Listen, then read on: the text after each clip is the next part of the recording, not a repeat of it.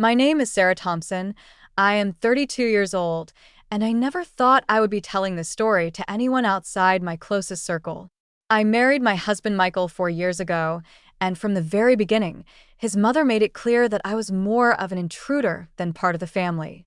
At first, I told myself it was just the adjustment period, that she would warm up to me once she saw how much I loved her son. But time has a way of revealing the truth, and in my case, it revealed just how deeply unwelcome I was in her world. It all started small, comments about how Michael's ex-girlfriend had been so much more polite, or how she fit in better with their traditions. I would sit there, smiling tightly, while she recounted stories of this woman, as if I weren't even in the room. Michael always tried to defend me, but his mother had a way of twisting things so that her dig seemed innocent, almost like she was just reminiscing. Still, those memories hung over me like ghosts at the dinner table. Last year, everything reached a boiling point when we gathered for her birthday. It was one of those family events where everyone dressed up a little. The dining room table was set with polished silverware, and the air smelled of roasted chicken and baked potatoes. I had spent the entire day helping in the kitchen, chopping vegetables and cleaning up dishes while she barked instructions at me like I was her unpaid maid. I swallowed my pride, telling myself it was her birthday and not the day to make a scene. When dinner ended, she announced that it was time for family photos. She called everyone into the living room, arranging them in groups: siblings, cousins, grandchildren, even family friends who had just dropped by for dessert. I stood there waiting, assuming I would be included at some point, since I was Michael's wife.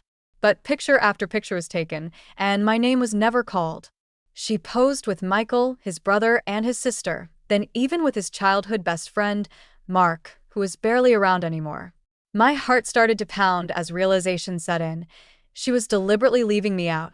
At one point, Michael glanced at me with a confused look, clearly noticing I wasn't being included, but his mother brushed him off when he asked, saying, "Oh, we'll do a couple's photo later, don't worry." Except that moment never came. The camera flashed over and over, capturing smiles that felt like knives cutting into me, while I stood awkwardly in the corner clutching my glass of water. By the end of the night, I hadn't been in a single frame. On the way home, Michael tried to comfort me, saying we could take our own photos anytime we wanted. But the damage was already done. I felt invisible, erased from the record of that evening, like I didn't matter enough to exist in their memories. That night, I cried silently in the bathroom, staring at my reflection and asking myself if I had made a mistake by marrying into a family that so clearly wanted to erase me. The next week, my sister Emily called me. She had heard about the birthday from Michael's cousin, who innocently mentioned how lovely the family portraits turned out. Emily asked if I had seen them yet, and my stomach dropped. I hadn't, but I knew what that meant. When the photos finally appeared on social media, my fears were confirmed. Smiling faces, arm in arm, everyone looking like they belonged together. And me? I wasn't in a single one. Scrolling through them felt like watching my own exclusion replayed in real time, each swipe more painful than the last. I realized then that if I wanted proof of my existence in this family, I would have to create it myself. So I did. I started taking photos with Michael, just the two of us, doing everyday things. Cooking dinner together, walking in the park, laughing at silly jokes on the couch. But I didn't stop there.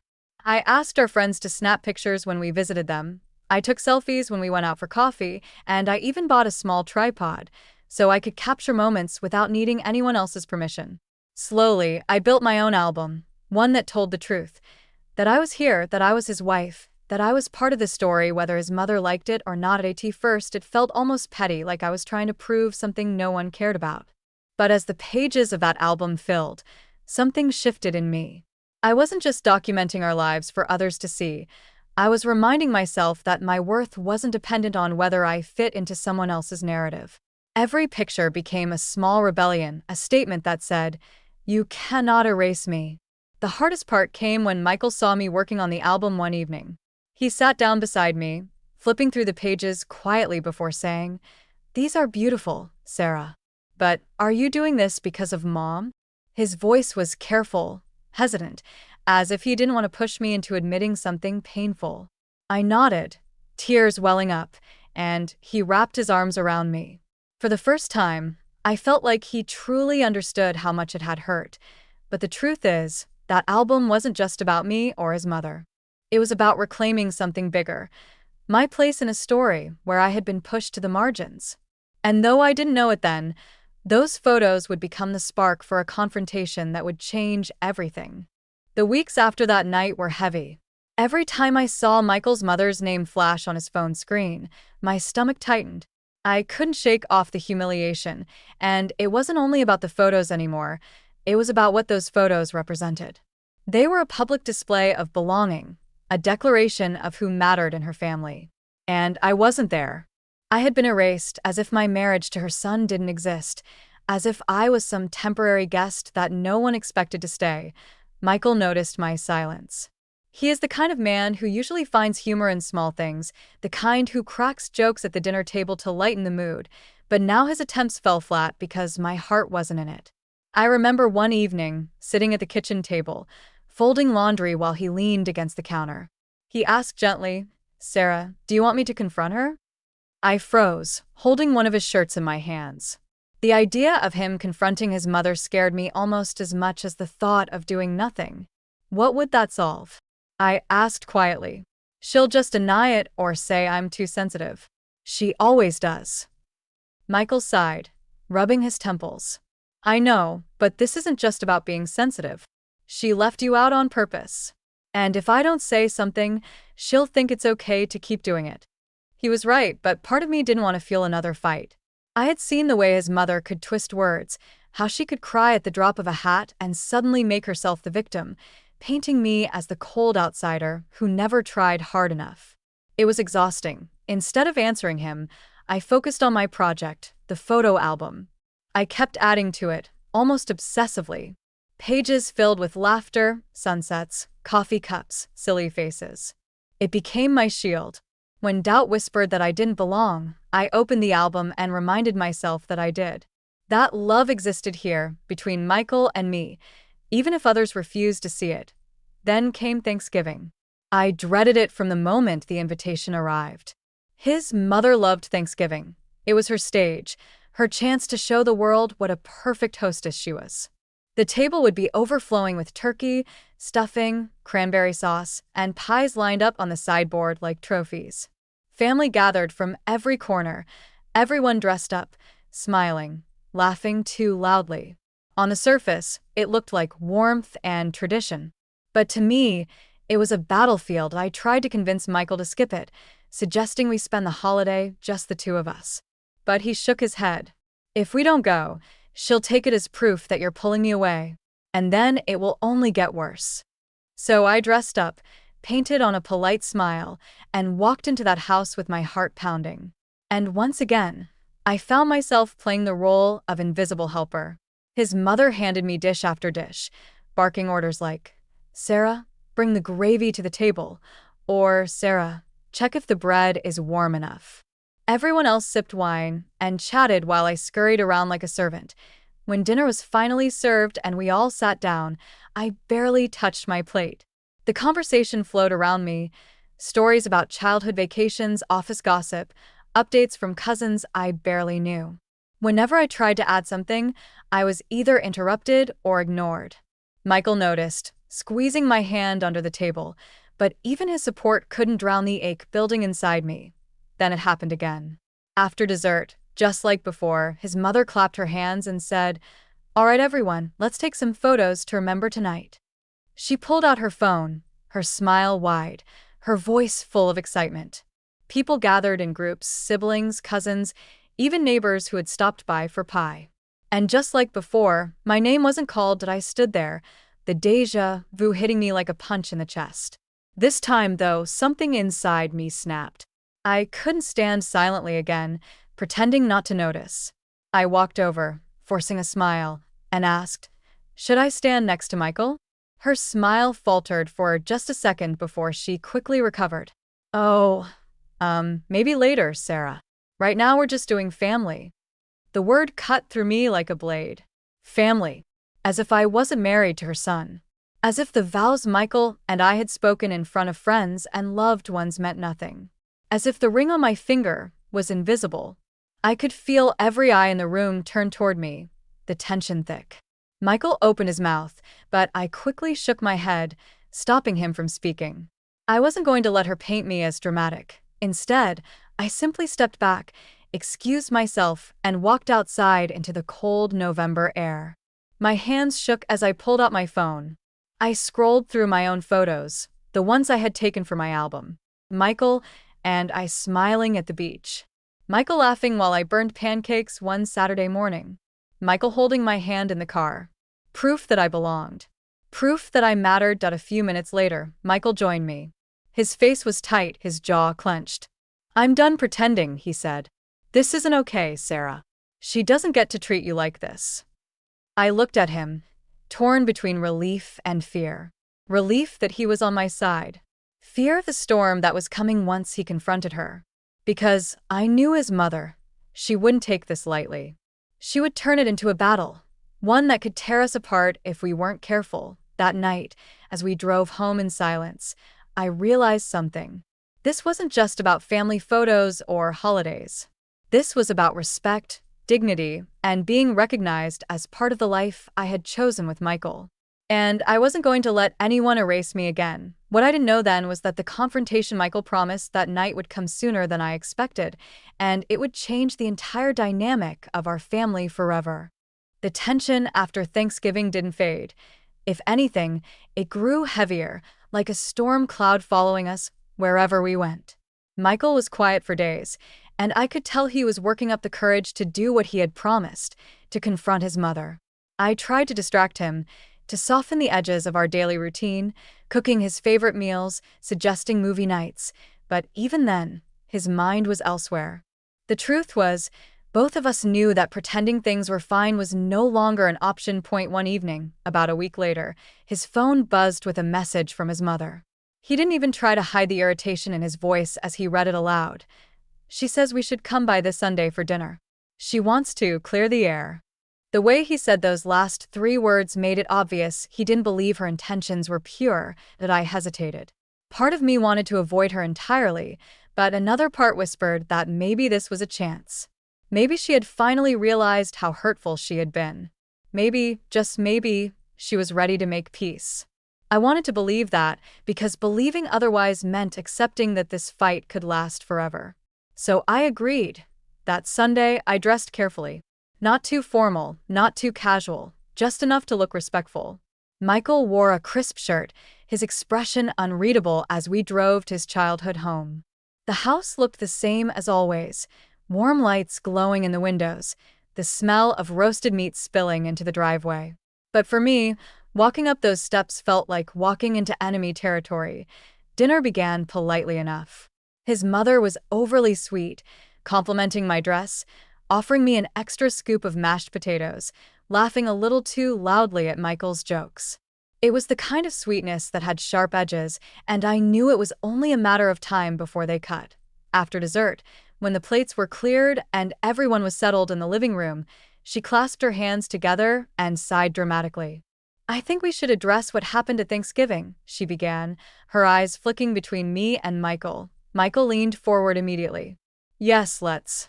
Because excluding Sarah from the photos wasn't just hurtful, it was cruel.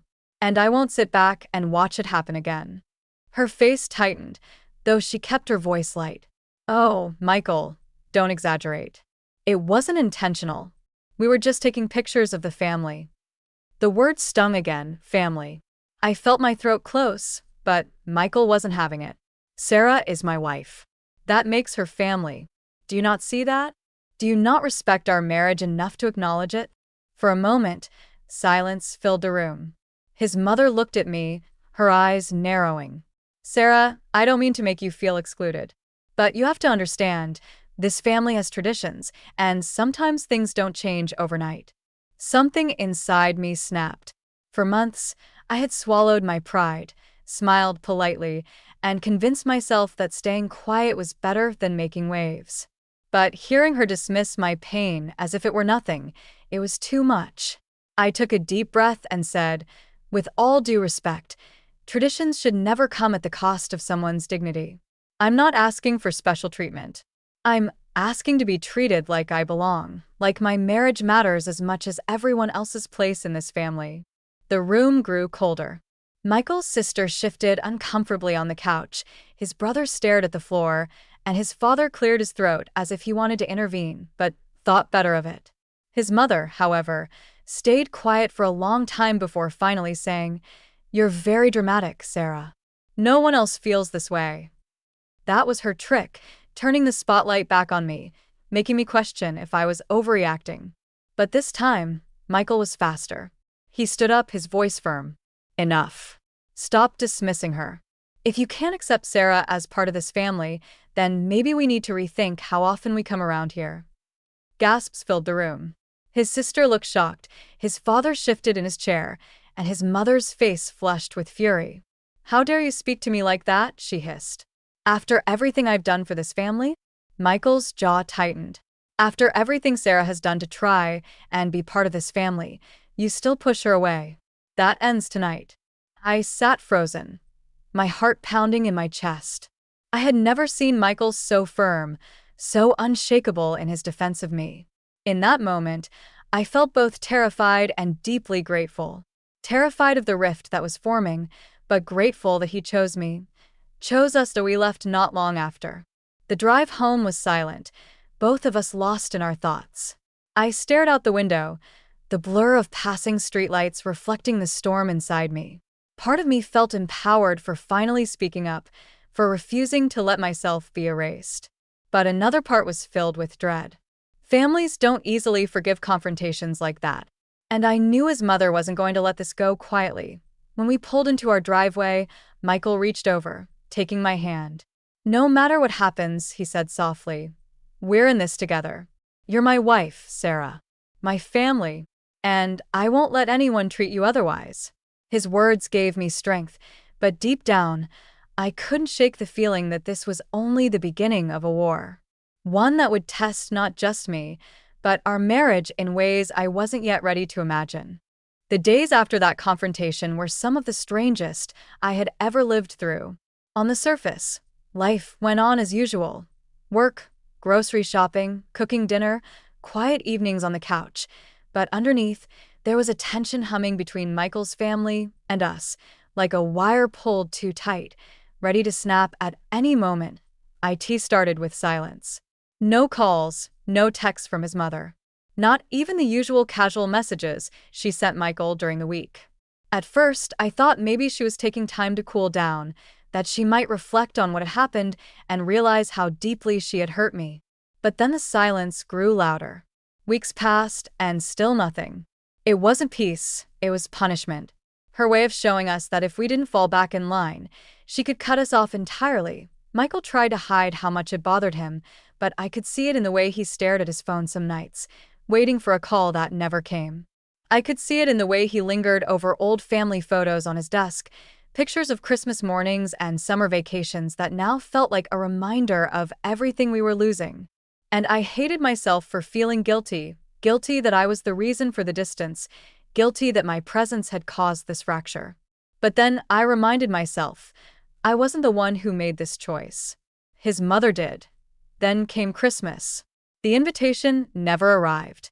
Instead, Michael's sister, Anna, called him a week before the holiday. I could hear her voice through the speakerphone as we sat together at the kitchen table. "Mom's keeping things small this year," she said hesitantly. "Just immediate family." Michael's face hardened. "Anna, Sarah is my wife. She is immediate family." There was a pause, and then Anna whispered, "I know, but you know how Mom is. I don't want to fight with her. I just thought you should know."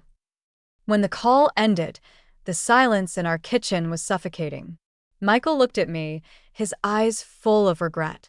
"I can't believe she's doing this." I forced a small smile, even though my chest felt tight. "It's okay. We'll make our own Christmas." And we did. That Christmas Eve, Michael and I decorated our little tree with mismatched ornaments, some new, some from my childhood, some we had bought together over the years. We cooked dinner, roast chicken, mashed potatoes, a pie I burned slightly but he ate anyway with a grin. We opened gifts under the glow of string lights, just the two of us. And even though I laughed and smiled, a part of me couldn't stop imagining the big family table at his parents' house, the chatter, the laughter, the photos that once again wouldn't have me in them. The next morning, my sister Emily stopped by with her kids. She brought cookies, presents, and a burst of energy that filled our quiet house with warmth. Watching her children tear open their gifts, squealing with joy, I felt a bittersweet ache. On one hand, I was grateful to have my side of the family, people who made me feel included and loved.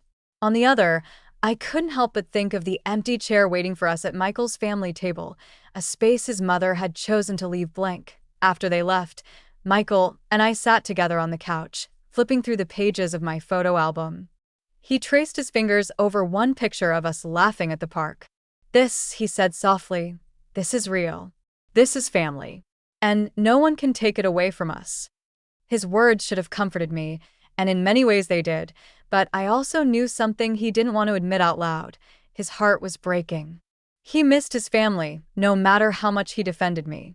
And I missed belonging, no matter how much I told myself I didn't need them. In January, the tension finally cracked. We ran into his mother at the grocery store. It was a cold Saturday morning, snow piled up on the sidewalks, our breaths turning into white clouds as we hurried inside. She was by the produce section, inspecting apples, her coat perfectly buttoned, her hair neat as always. When she saw us, her face froze. For a moment, I thought she might turn and walk away. But instead, she forced a smile and said, "Michael." "Sarah." Michael's grip tightened on the shopping basket. "Mom." The air between them was icy. I stayed quiet, waiting, my heart thudding in my chest. She sighed, setting down an apple. "Are we really going to keep doing this? Avoiding each other in town like strangers?" Michael's voice was steady. "That depends on you. You're the one who refuses to acknowledge Sarah as part of the family." Her eyes flicked to me, sharp and cold. "I never said she wasn't part of it. I don't feel close to her yet. It takes time." I swallowed hard, forcing myself to meet her gaze. "With respect, it's been 4 years. How much more time do you need?" The silence that followed was thick. Other shoppers moved around us, pushing carts, choosing vegetables, unaware of the storm brewing in the middle of the aisle. Finally, she muttered, "You'll never understand this family's traditions." Then she turned, grabbed her cart, and walked away, leaving us standing there with the weight of her words pressing down on our shoulders. That night, I cried in Michael's arms. Not because I was surprised, but because some part of me still hoped that one day she would see me, truly see me, as more than just the woman who married her son. Michael kissed my forehead and whispered, "She can't erase you, Sarah. No matter how hard she tries." And yet, I couldn't help but wonder how many more battles lay ahead, and whether our marriage was strong enough to withstand them all. By the time spring rolled around, the cracks in Michael's family had grown deeper than either of us wanted to admit. The silence from his mother stretched on, broken only by the occasional half-hearted message about birthdays or practical things. Never about us, never about how we were doing. It felt as though she had drawn a line in the sand, Michael on one side, his family on the other, and I was the reason the line existed.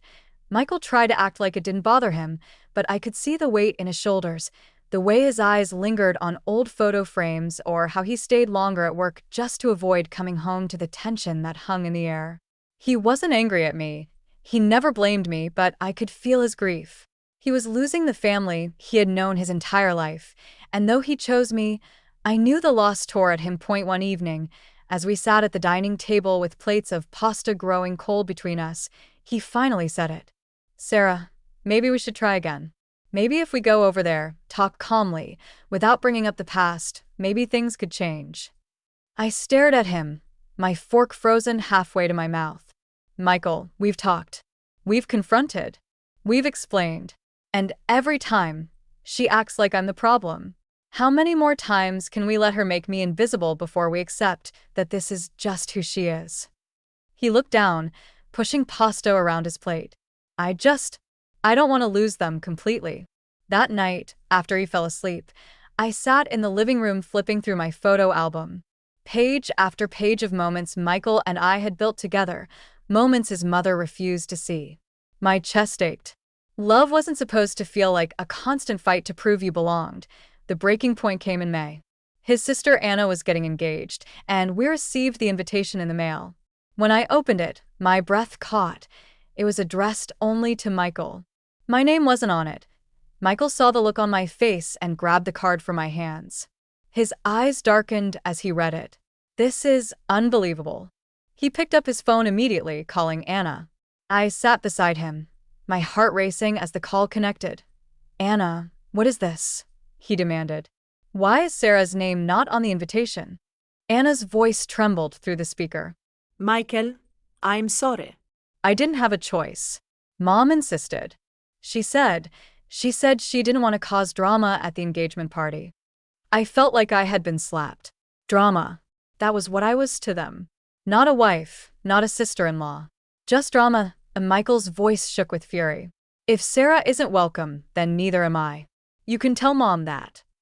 He hung up before Anna could respond. For the rest of the night, he paced the living room, anger radiating from him.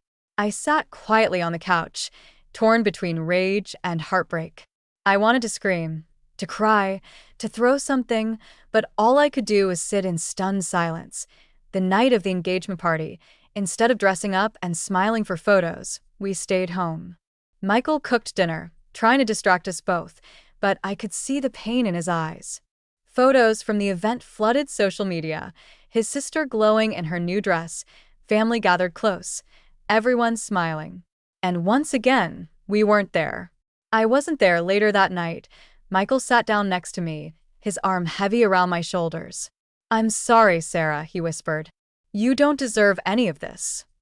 Tears spilled down my cheeks before I could stop them. I know you love me, Michael, but sometimes it feels like your family will never accept me.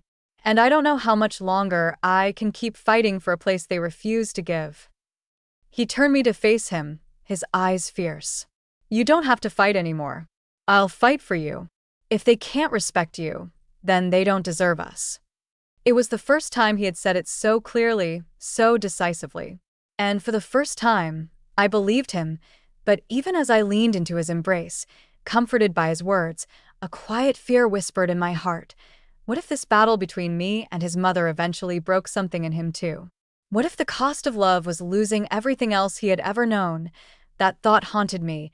Even as I clung to the only truth I knew, I would not let anyone, not even his mother, erase the life Michael and I were building together. Summer came with its heavy heat, but the chill between us and Michael's family never thawed. The silence had become its own presence in our lives, always there in the background like an unwelcome guest. Every barbecue, every birthday, every Sunday dinner they shared without us was a reminder that we had been pushed to the outside. And though Michael stood strong beside me, I could see how much it weighed on him. One afternoon in July, Michael received a call from his father. It was rare. His father wasn't the type to reach out without his wife pulling the strings.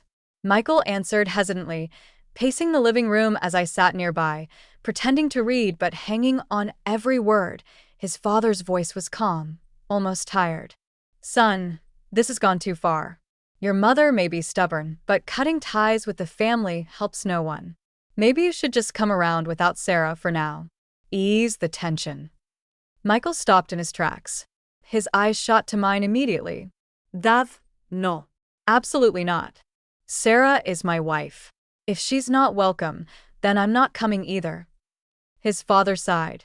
I understand you love her, but you have to pick your battles. This family has traditions. You can't expect them to change overnight. Michael's jaw tightened. It's been over 4 years. If overnight hasn't happened by now, it never will. I won't abandon my wife just to keep the peace. When the call ended, he dropped the phone on the couch and sat heavily beside me, running his hands through his hair.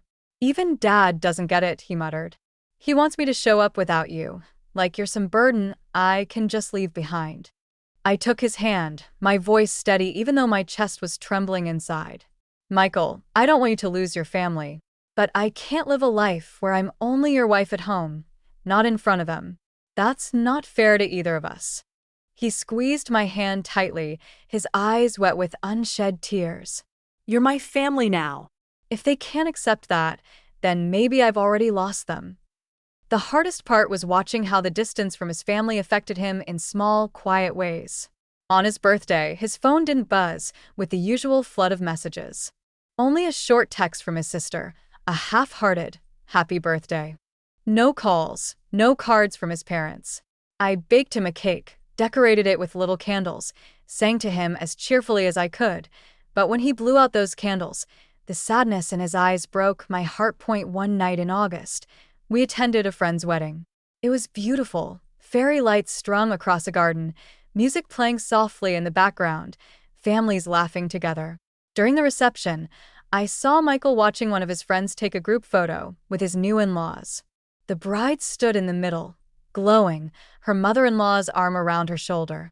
I felt him stiffen beside me, his hand tightening around his glass. Later that night, as we drove home, he finally spoke. "It shouldn't be this hard, Sarah. You deserve that too. A family who embraces you, who puts an arm around you and says you belong. And instead, you get this." I tried to smile, though my throat was tight. "I don't need their approval, Michael. As long as I have you, that's enough." But even as I said it, a part of me knew it wasn't entirely true. Deep down, I craved that acceptance. Not for validation, but for peace, for the simple comfort of knowing I didn't have to fight for my place in my own husband's family. Then, in September, the tension exploded in a way neither of us expected. We received a group message in the family chat about his cousin's baby shower. The message included everyone, siblings, aunts, cousins, except me. My name wasn't mentioned once. It was as if I didn't exist. Michael replied instantly, his fingers flying across the screen. "If Sarah isn't invited, then I'm not coming either. Stop pretending she doesn't exist." Within minutes, his mother called. Her voice was sharp, filled with anger. "Michael, why do you insist on making everything about Sarah? This is about family. Don't ruin it." He didn't even hesitate. "She is my family. And if you can't understand that, then we're done." I watched him hang up, his chest rising and falling with fury. For the first time, I saw just how much he had reached his limit. He wasn't just offending me anymore. He was ready to sever ties completely. That night, as we sat in silence, I realized something. We had been fighting so hard to be accepted that we hadn't considered what it would mean if acceptance never came. What if this was it? What if Michael's family never saw me as part of them? The thought was terrifying. But at the same time, it was freeing. Because as painful as it was to be excluded, I finally understood something important. I didn't need their approval to know who I was. I was Michael's wife, his partner, His family. and no one, absolutely no one, could take that away. Still, I couldn't shake the feeling that this battle wasn't over yet. His mother wasn't the type to let go quietly. And deep down, I knew the biggest confrontation was still ahead of us.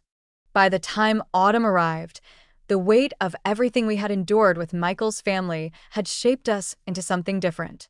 We were stronger, but also more tired, like soldiers who had fought too many battles. I had reached the point where I no longer hoped for acceptance, but Michael, I could still see the small flickers of longing in his eyes. The truth was, no matter how much he defended me, no matter how firmly he chose our marriage, there was still a part of him that wanted his mother's love. The final confrontation came in late October. His parents invited us over, not with warmth, but with a tone of formality, like a business meeting rather than a family dinner. Michael debated whether we should even go, but in the end, he decided we had to face this once and for all. We arrived in the early evening. The air was crisp, the leaves crunching under our feet as we walked up the familiar steps. Inside, the atmosphere was tense. His mother sat at the head of the dining table, his father at her side, his siblings already there. No one smiled when we entered. We sat down, and almost immediately, his mother began. "Michael, Sarah, we need to talk. This hostility cannot continue. But I also need you to understand that traditions matter in this family. Things cannot just change because someone new arrives." Michael's hand closed tightly around mine. His voice was calm, but steady. "Mom, Sarah isn't just someone new. She's my wife. She's been part of my life for more than 4 years. If you still see her as an outsider, then the problem isn't with her, it's with you. Her lips pressed into a thin line. I have tried, but Sarah doesn't fit in. She doesn't understand us. She doesn't act like family.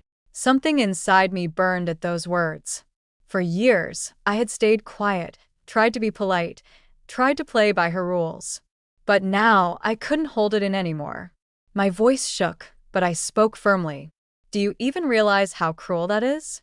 I have done everything to be kind, to help, to show up, to respect your traditions. And yet every time, you shut me out. Not because I failed you, but because you never gave me a chance. The room fell silent. His sister looked down at her hands. His brother shifted uncomfortably. Even his father avoided eye contact. Michael squeezed my hand tighter. I won't let this continue. Either you treat Sarah as family, or we stop coming around altogether. I love you, but I won't sacrifice my marriage for your approval. For a moment, I thought his mother might finally break, that she might soften and let the walls come down. But instead, she stood up, her voice sharp as glass. Then do what you must. If this is your choice, then you live with it. Michael nodded slowly, his jaw set. So be it. He stood helping me up, and together we walked out. No one stopped us. No one called after us. The only sound was the click of the door closing behind us, final and heavy. The drive home was quiet, but it wasn't the silence of defeat. It was the silence of clarity. For the first time, I felt truly free. The chains of needing her approval had finally broken.